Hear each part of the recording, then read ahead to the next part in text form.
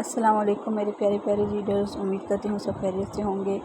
آپ سب ناول کو ریڈ تو کرتے ہیں پر چینل کو سبسکرائب نہیں کرتے، پلیز چینل کو سبسکرائب کر دیا کریں اور کمنٹ میں اپنی رائے کا اظہار بھی کر دیا کریں۔ شکریہ۔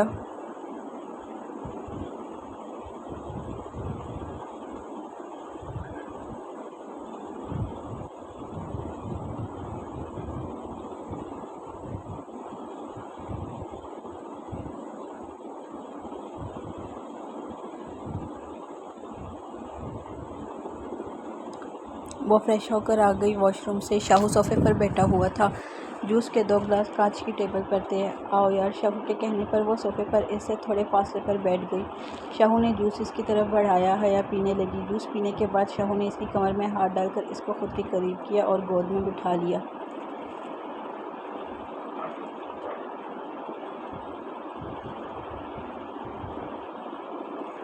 وہ کچھ کہتی اس سے پہلے وہ اس کے ہونٹوں کو اپنے ہونٹوں میں قید کر گیا۔ وہ ڈیپ کس کرنے لگا۔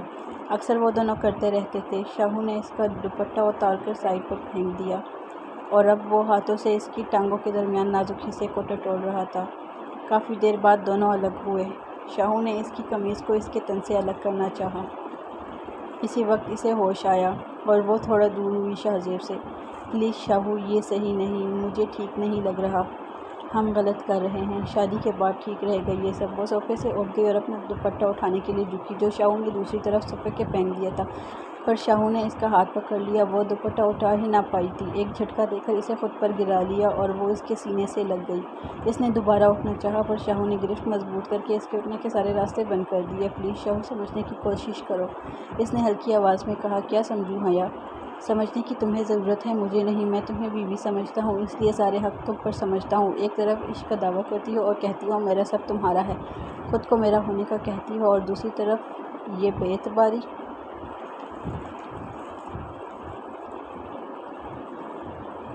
افسوس، بتاؤ ایسا کہتی ہو کہ نہیں؟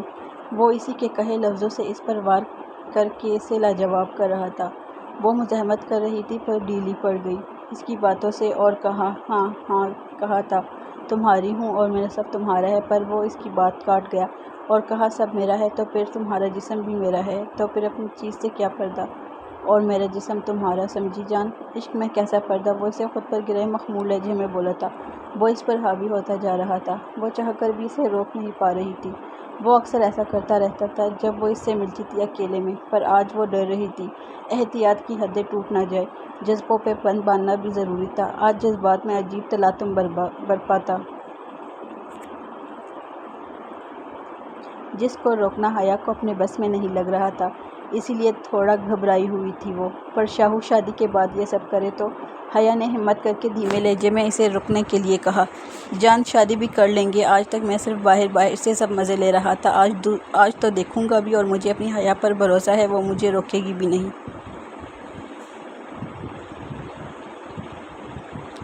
شاہو نڈر ہو کر بولا تھا۔ حق جتاتا انداز تھا اس کا۔ اس کے لہجے کا یقین حیا کو مجبور کر رہا تھا اس کی ماننے سے۔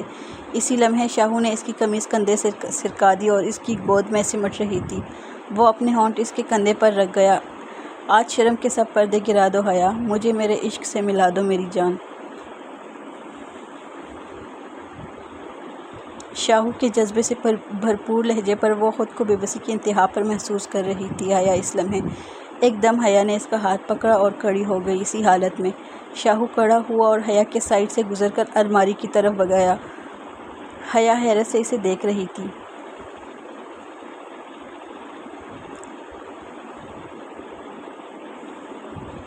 واپس آ کر اس کے سامنے کھڑا ہوا، اسے گہری نظروں سے دیکھ کر اس کے سامنے گھٹنوں پر بیٹھا اور ہاتھ آگے بڑھایا جس میں قیمتی انگوٹھی تھی، اور کہا، حیا آئی لو یو، ول یو میری می؟ وہ خوشی اور حیرت سے ملی جلی کیفیت میں اسے دیکھ رہی تھی۔ میں نہیں رہ سکتا تمہارے بغیر، میری زندگی، میرا عشق ہو تم۔ قبول کرو اس ڈائمنڈ رنگ کو، اس معمولی رنگ کو پہن کر انمول کر دو، اور اس سے اور میرے عشق کو، میرا عشق میری جان۔ وہ اپنی کہہ رہا تھا اور وہ خوش ہو رہی تھی۔ آج شاہو نے اسے انمول کر دیا۔ وہ اسے یقین دلا گیا کہ وہ اس کے ساتھ سنسیئر ہے، پر وہ بے وقوف سمجھ ہی نہیں سکی کہ یہ بھی ایک جھانسا ہے جو شاہو اسے دے رہا ہے۔ سچا مرد نکاح کے بعد ہی اپنی پسندیدہ لڑکی سے کوئی تعلق بناتا ہے، ورنہ ڈائمنڈ رنگ کسی رشتے کی ضمانت نہیں، اصل تو نکاح ہے۔ باقی سب تو لوگوں کی بنائی فضول رسومات ہے، فریب ہے، صرف فریب۔ اصل اور اٹل حقیقت صرف نکاح ہی تو ہے۔ اس بات کی بالکل سمجھ نہ تھی حیا کو، وہ اس کے فریب میں ہی تو آ رہی تھی۔ "آئی لو یو ٹو شاہو، میری جان ہو تم"، حیا نے محبت سے بھرپور لہجے میں کہا، اور اس لمحے اس کا ہاتھ تھام کر شاہو نے رنگ پہنائی۔ وہ دونوں گلے لگ گئے۔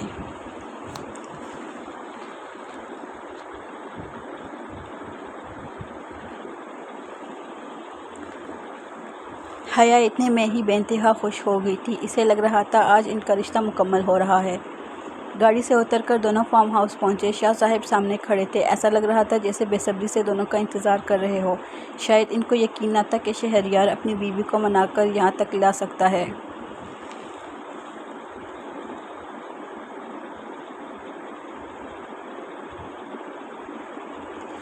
نایاب کو اس لباس میں اس طرح دیکھ کر وہ بے انتہا خوش ہوئے۔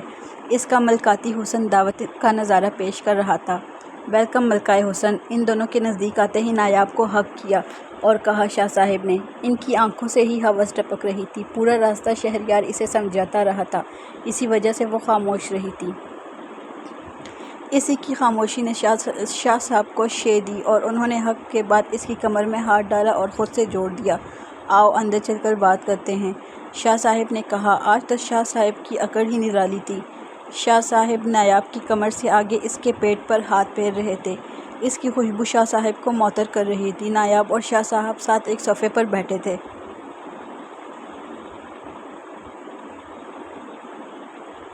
اور شہریار سامنے صوفے پر کمر سے ناف تک ہاتھ سفر کر چکا تھا شاہ صاحب کا۔ یہ شاہ صاحب نے کیا تھا، ورنہ نایاب تو فاصلہ رکھ لیتی اگر اختیار میں ہوتا۔ اس لمحے تو وہ بے بسی کی انتہا پر تھی۔ "تو آج رات یہ میرے ساتھ ہوں گی"، شاہ صاحب نے کہا۔ "ہاں شاہ صاحب، بالکل، بس یہ 2 کانٹریکٹ پر سائن کر دیں"، شہریار نے مکاری سے کہا۔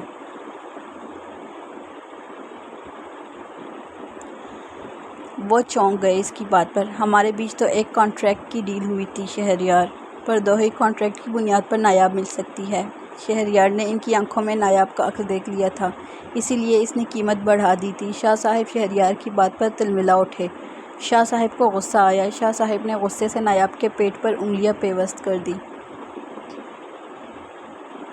نایاب کے جسم کی نرمی محسوس کر کے ان کی کیفیت عجیب تر ہو رہی تھی۔ ساری مردانہ حساسیت بیدار تھی، عروج پر تھی۔ وہ کسی بھی طرح نایاب سے دستبردار ہونے کو تیار نہ تھے۔ قیامت خیز حسن آنکھوں کو ٹھنڈک پہنچا رہا تھا۔ ان کے جسم میں گرم لہریں دوڑ رہی تھیں۔ شہریار نے نایاب کی ڈریسنگ ہی ایسی کروائی تھی اسپیشلی، کہ چاہ کر بھی شاہ صاحب انکاری نہ ہو سکے۔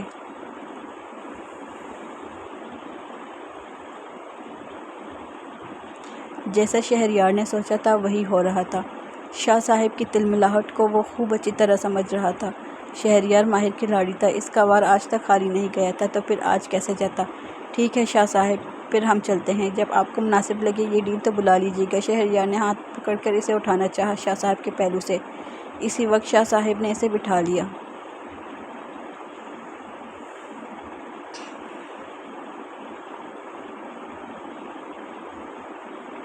اور کہا، "مجھے ڈیل منظور ہے، 2 فائل سائن کر دوں گا"۔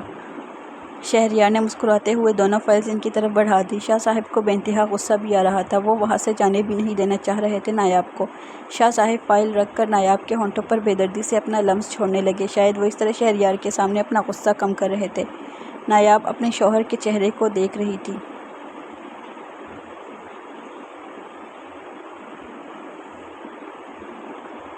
پر شہریار نے ایک نظر دیکھنے کے بعد اپنی نظر صرف اپنے فائل پر کر دی۔ اسی وقت کوئی بھی بے وقوفی کر کے شہریار اپنا کام نہیں بگاڑ سکتا تھا۔ کتنا بے مول کر گیا تھا وہ اسے۔ اگر اسے اپنے بیٹے کی پرواہ نہ ہوتی تو یقیناً یہ کام نہ کرتی، کیونکہ شہریار نے اسے صاف لفظوں میں کہہ دیا تھا اگر یہ کانٹریکٹ اسے نہ ملا تو وہ نایاب کو اپنی زندگی سے نکال دے گا اور بچے کو ہمیشہ ہمیشہ کے لیے اس سے دور کر دے گا۔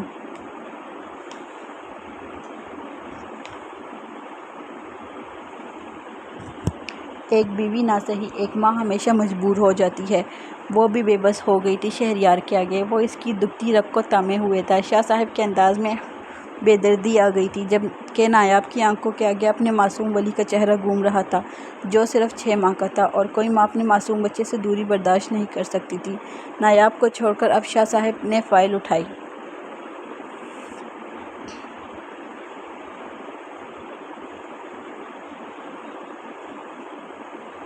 زبردست، مزہ آ گیا۔ وہ کچھ پرسکون ہو گئے تھے۔ شہریار نے نظر اٹھائی اور دونوں کو دیکھا۔ شاہ صاحب کی آنکھوں میں غرور تھا اور نایاب نے نظریں جھکائی ہوئی تھیں۔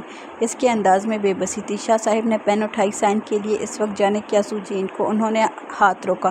شہریار حیران ہوا۔ انہوں نے ایک نظر شہریار کو دیکھا اور نایاب کی اپر باڈی کو برہنہ کر گئے اس کے سامنے۔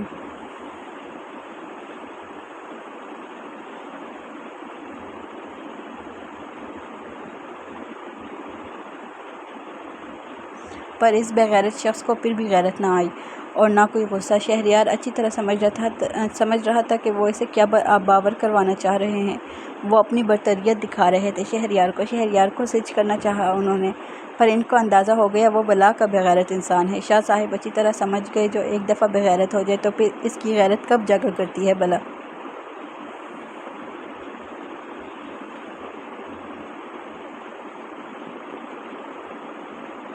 پھر بھی اس کھیل میں ان کو بہت مزہ آ رہا تھا۔ نایاب خاموش تھی۔ شاہ صاحب اپنی اکڑ میں ایک عورت کو کتنا گرا رہے تھے ان کو اندازہ نہ تھا۔ اس کے اندر کی باغی عورت کو جگا رہے تھے۔ نایاب دو مردوں کے بیچ ایک چیلنج کی طرح تھی۔ شاہ صاحب کو اندر تک سکون ملا۔ وہ اس پری پیکر عورت کے جسم کے مالک ہیں، آج رات کے لیے ہی صحیح۔ اس لیے تو کوئی احتجاج نہ ہوا اس کی طرف سے اس بے شرمی کے مظاہرے پر۔ نایاب کا دکھ اور افسوس سے برا حال تھا۔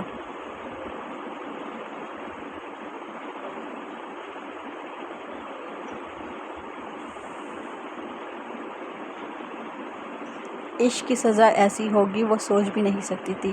شاہ صاحب کے ہونٹوں پر ایک عجیب سی مسکراہٹ تھی۔ ان کا انداز جارحانہ تھا۔ نایاب کی سسکی نکلی پر ایک حرف نہ کہا۔ واؤ، یہ تو مزے والی بات ہوگی۔ کیوں شہریار، انہوں نے تائیدی انداز میں پوچھا اور شہریار نے کہا جی بالکل شاہ صاحب۔ اسی وقت شاہ صاحب نے ایک اور بے باک حرکت کر دی نایاب کے ساتھ اور نایاب بے بسی کا پیکر بنی ہوئی تھی۔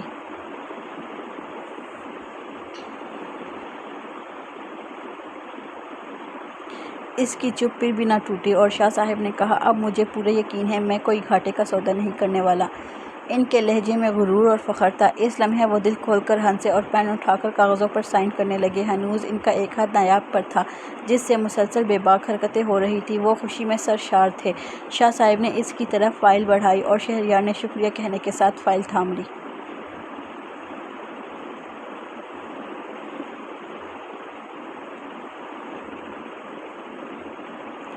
فائل دے کر اپنی تسلی کے بعد جانے لگا۔ صبح کو فارم ہاؤس سے اس گالی کو لے جانا۔ جاتے جاتے بھی شاہ صاحب شہریار کا دل جلانا نہ بھولے۔ شہریار کو تو فرق نہ پڑا پر نایاب کو اس کا نیا مقام پتہ چل گیا۔ وہ میرا جسم تو فنا کر گیا، کیسے میرا عشق مجھے رسوا کر گیا۔ نایاب بے بسی سے بند دروازے کو دیکھ رہی تھی۔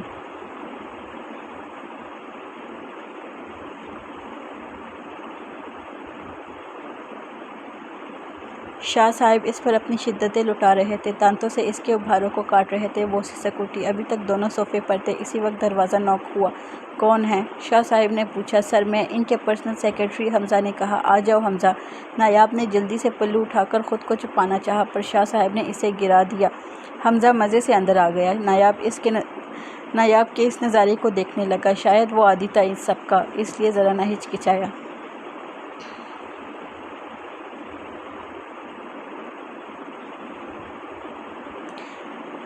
پر نایاب شرمندہ ہوئی۔ اسے اندازہ ہو گیا شاہ صاحب انتہا کے بے حیا انسان تھے جو کسی عورت کی عزت کرنا نہیں جانتے تھے۔ حمزہ لطف اندوز ہو رہا تھا اس خوبصورت نظارے سے۔ جسم کا خون شدت سے گرم پڑ گیا تھا۔ فائل پر سائن ضروری تھے سر۔ حمزہ نے فائل بڑھائی پر اس کی نظریں نایاب پر تھیں۔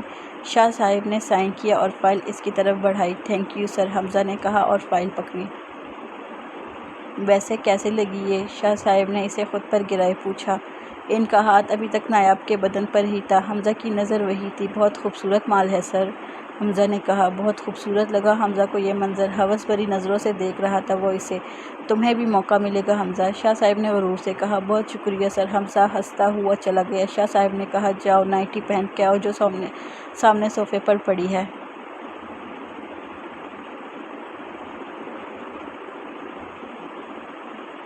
بس یہی پہن کر آنا۔ نایاب مرے قدموں سے اٹھی اور نائٹی اٹھا کر واش روم میں چلی گئی۔ حیا بے انتہا خوش تھی شاہ زیب کے ساتھ۔ اسی وقت شاہو نے کہا ایک اور سرپرائز ہے تمہارے لیے۔ وہ کیا؟ حیا نے خوشی سے کہا۔ شاہو نے ڈائمنڈ سیٹ سامنے کیا۔ واؤ شاہو، یہ میرے لیے؟ اس کی چمک اس کی آنکھوں کو چمکا رہی تھی۔ حیا نے ہاتھ بڑھا کر لینا چاہا پہننے کے لیے پر شاہو نے اسے پیچھے کیا اور کہا پہلے یہ ڈریس پہنو میری جان، پھر اپنے ہاتھوں سے پہناؤں گا تمہیں ڈائمنڈ نیکلس۔ شاہو کی بات سن کر حیا نے اس کا دیا ڈریس جو پیک تھا اسے تھاما۔ اسے جلدی تھی اس نیکلس کو پہننے کی، اسے امید نہ تھی کہ شاہو اسے کبھی ڈائمنڈ کا سیٹ دے گا۔ کتنی خواہش تھی اسے اس سیٹ کی، اب اس کی نظروں میں صرف سیٹ گھوم رہا تھا، کب اس کے گلے کی زینت بنے۔ اس نے جلدی جلدی پیک ڈریس کھولا۔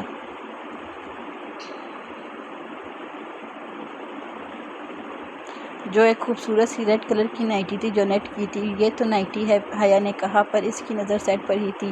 ہاں یار، تمہارے لیے خاص لی ہے، پلیز پہن لو، شاہو نے سکون سے کہا۔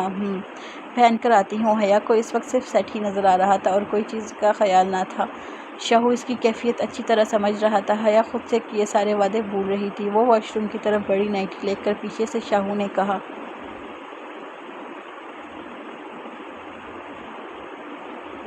جان، صرف یہی پہننا ہے اور کچھ نہیں؟ جی جان، حیا خوشی خوشی واش روم کی طرف چلی گئی۔ کچھ دیر بعد واش روم سے واپس آ گئی۔ اس کے جسم پر صرف نیٹ کی نائٹی تھی جس سے وہ صاف نظر آ رہی تھی۔ آج شاہو اس کا حسن واضح دیکھ رہا تھا۔ واؤ، لک بیوٹیفل، وہ سرشار لہجے میں بولا۔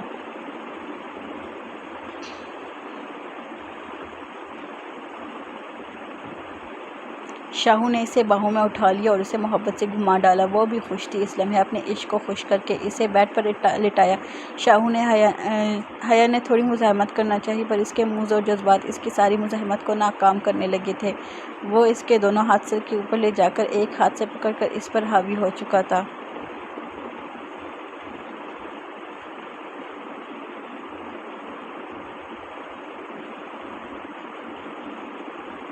اب وہ ذرا بھی مزاحمت نہیں کر رہی تھی کیونکہ وہ اسے مزے کی اور دنیا میں لے جا رہا تھا، ڈیپ کستا جا رہا تھا، ساتھ ساتھ اس کے ابھاروں کو بھی ایک ہاتھ سے مسل رہا تھا۔ اب اس نے ہاتھوں پر گرفت ڈھیلی کر کے ہاتھ چھوڑ دیے۔ حیا نے بیڈ شیٹ پکڑ لی۔ شاہو مکمل اس پر چھایا ہوا تھا، اب سانسیں اکھڑنے لگا تھا، ایسا لگ رہا تھا دونوں کو۔ شاہو اس پر سے اٹھ کر اس کی سائیڈ پر لیٹا۔ شاہو اس کی حالت دیکھ رہا تھا مزے سے۔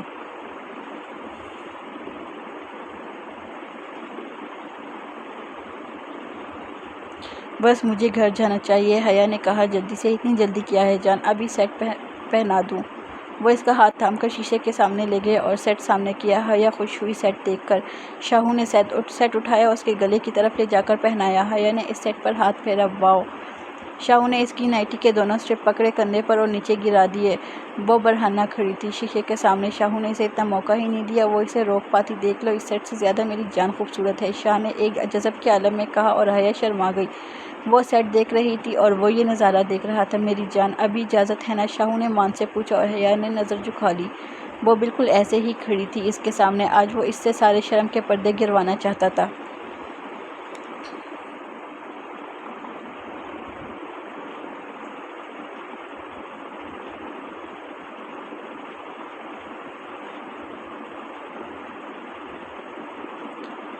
اور اس میں پوری طرح کامیاب ہو چکا تھا۔ حیا نے اسے اجازت دے دی تھی۔ وہ وقت اب قریب تھا، وہ اسے ایک کلی سے گلاب بنا رہا تھا۔ وہ لڑکی سے عورت بننے والی تھی۔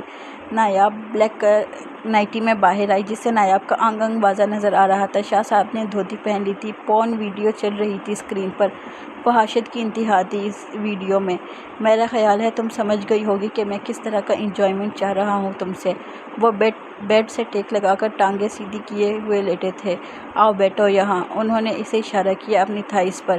بیٹھنے کا وہ آ کر بیٹھ گئی۔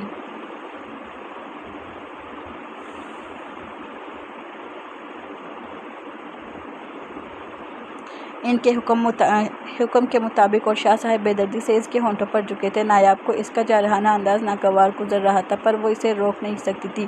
فلم چل رہی تھی۔ شاہ صاحب نے اس کی نائٹی ایک ہی جھٹکے سے اتار کر دور اچھال دی۔